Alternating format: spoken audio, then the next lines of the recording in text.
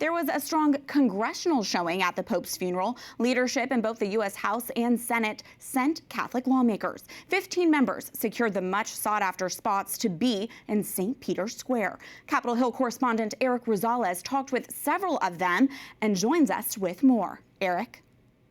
Good evening, Catherine. A number of Catholic members put in requests to leadership to make the trek to Rome to join world leaders and other dignitaries. But in the end, a small delegation was picked to represent the U.S. Congress. 10 members in the House and 5 in the Senate. The leader of the Senate group was Catholic Senator Susan Collins. The choir and the chants were absolutely extraordinary. It was a very moving experience. And I think it leaves us with the appreciation for the Pope's legacy. Democratic Senator Dick Durbin also attended the funeral mass. He said, quote, "We must continue to hold fast to the message of Pope Francis to love and respect one another. In a world of hate and fear, Pope Francis's message of peace and understanding is needed now more than ever."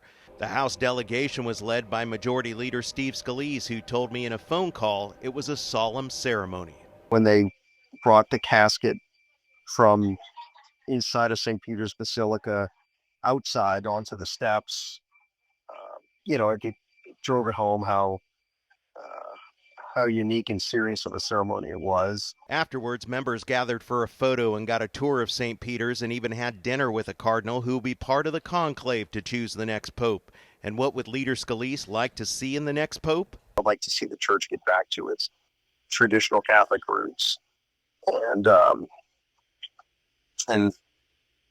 You pray for the wisdom of the cardinals that they make the right choice, because it's really important to the world who the leader of the church is going to be.